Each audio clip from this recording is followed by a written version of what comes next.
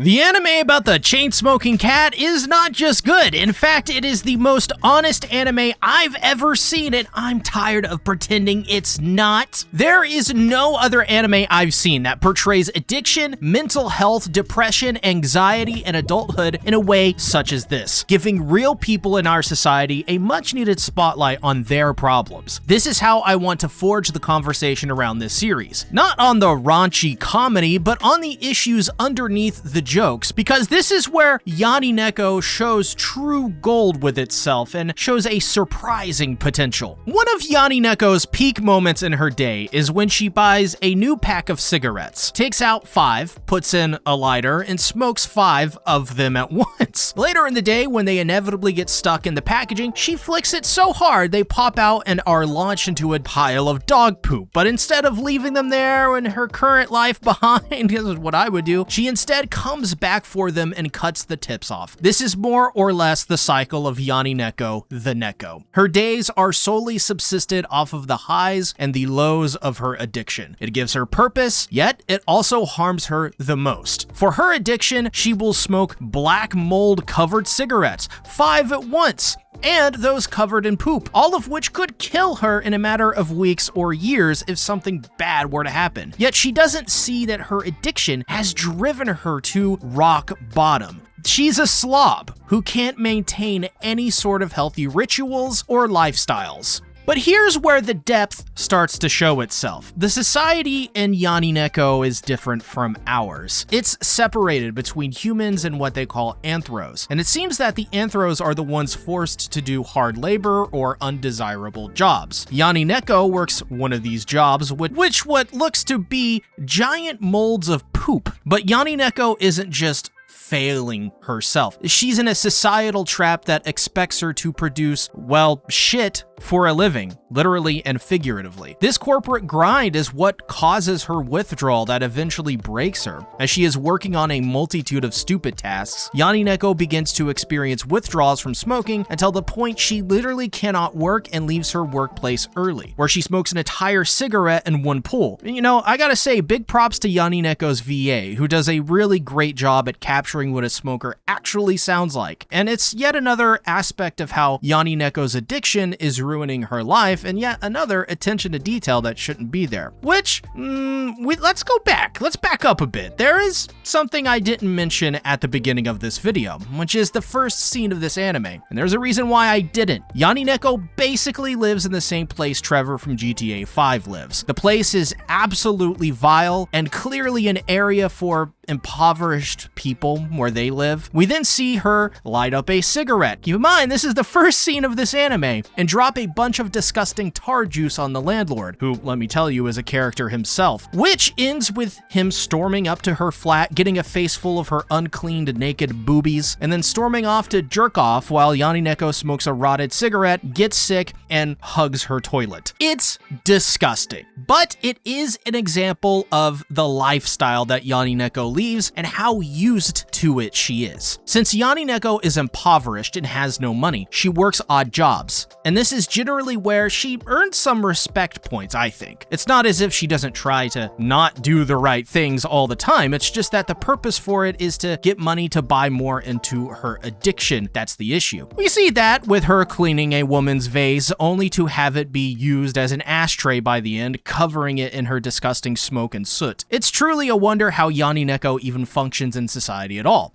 which is the point. The picture here is being painted that she is trying, yet continues to fail, and it is all because of those cigarettes. This becomes even more clear when she has to budget not only her cigarettes, but her money. Both attempts fail horribly when she smokes all 5 and finds a 100 yen bill under her dirty bed mat and uses it to buy 2 more packs of smokes. The irony here is when she finds it, she's saying how, oh, God has blessed her, and then using that blessing to once again buy right back into her addiction. addiction. She just can't say no to her irrational behavior. Her body won't allow that. But there is a glimmer of hope at the bottom. Yani Neko has a sister who is much more well-off and balanced, to the point it's actually almost shocking. She's well-kept, she's clean, her room is nothing like her sister's. Yani Neko's walls are as yellow as her teeth, and Imoko's is colorful, offering a vibrant and dynamic visual. She's feeling lonely, so she calls her up, asks her sis to come over. However, she says she will only come over if the picture she sends her on her broken phone, by the way, shows a clean room. It's not clean. So she tries to clean it up, only getting sidetracked and using cigarette butts to make a poop emoji to send to her sister. I've noticed there's a lot of poop jokes in this series, which her sister then tells her to die, causing her to rethink some things in her life. While another bit of dark humor, this is another example that something isn't all right in her head. The fact that she is incapable of cleaning her own room without vomiting from the anxiety and the stress means she is depressed and suffering from mental illness, or rather,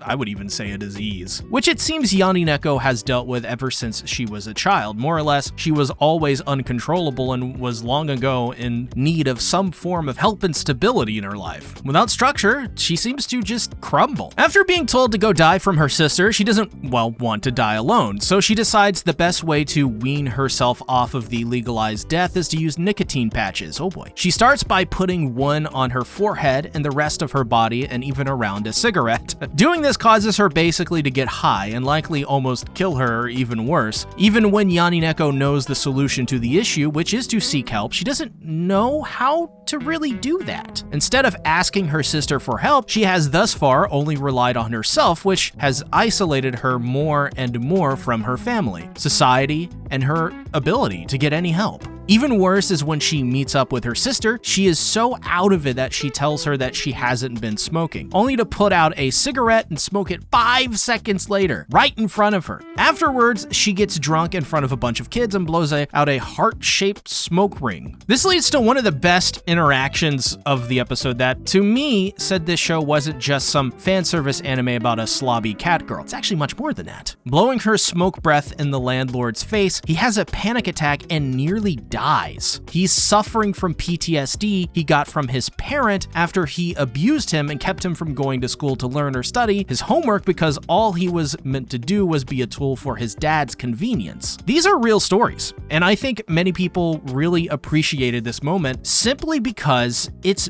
being honest, which I'd argue the entire series is being honest along with it. How many anime, or just Japanese media, shows stuff like this and actually has a good balance between actual dark comedy and real-life social commentary on how society fails people constantly? When you look at this moment from that perspective, things start to open up a bit, and the funny, slobby Yani Neko starts to become more or less a real-world commentary on something that actually affects every single person who is alive or has or ever will be alive. These are real issues this series is talking about. So after a long day of doing, well, nothing, Yani Neko then bathes and soaks in a disgusting bathroom covered in tar and nicotine. The place is as yellow as her teeth. And the irony here is that she's getting clean while smoking in a place covered in cigarette butts, dead hair, skin, and who knows what else. It's clear this place doesn't get cleaned. And after the bath, she sleeps naked with the door open and gets a cold, which is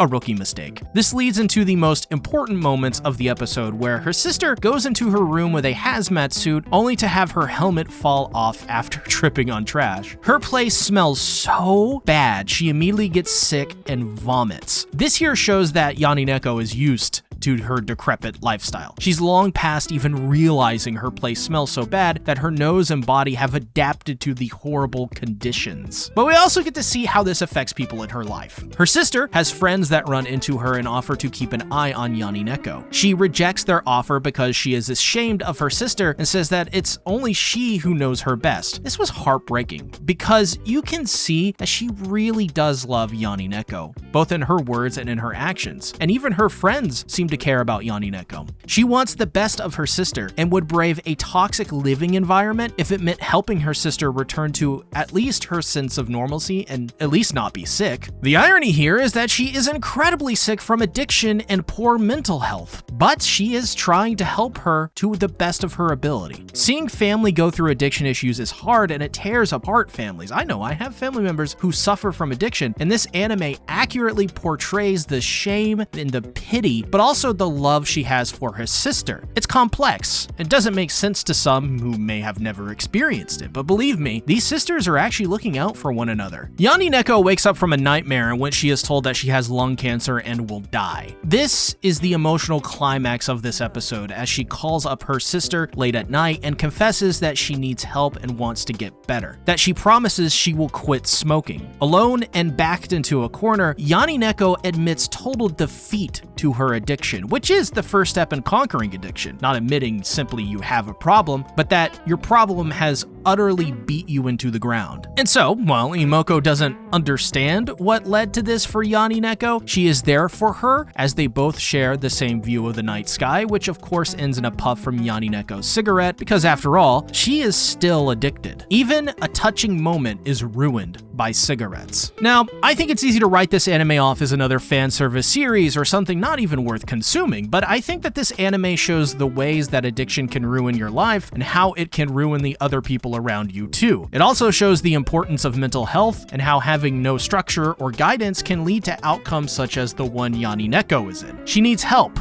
not a lecture on how bad smoking is. She knows how bad it is, and she knows how bad her lifestyle is too, as evident by her admitting to her sister that she is alone and wants to fight back. The anime also makes it obvious that there is zero celebration of this lifestyle or of anything Yani Neko does. Yes, there is fan service with some boobs and panty shots here and there, but it's never used as a way to make you attracted or titillated to Yani Neko. There is nothing desirable about her, at least for now. But that's the thing. I think her character will make a recovery and she will be battling her addiction until the day she dies. Because that is addiction. Once you're addicted, you'd never get rid of that addiction. It's a permanent disease you must live with every waking moment. It's a permanent debuff. Is Yani Neko raunchy? Yeah. But I think we shouldn't lose sight of the deep symbolism in writing of this first episode. This anime is very promising, and I will be watching it every week just to see if Yani Neko will overcome her addiction. Now, you might look at Yani Neko and wonder why anyone would choose to stay in that cycle of filth and smoke when the alternative is right there in her sister's clean, organized life, but there's a reason Yani Neko chooses that path, even if it's killing her. So, to help better understand this psychological trap, I recommend you guys check out my Town Mouse and Country Mouse Chainsaw Man video, as I've broken down exactly why that choice between Town Mouse and Country Mouse is the most tragic part of Chainsaw Man's storytelling. Make it a great day or not, the choice is yours.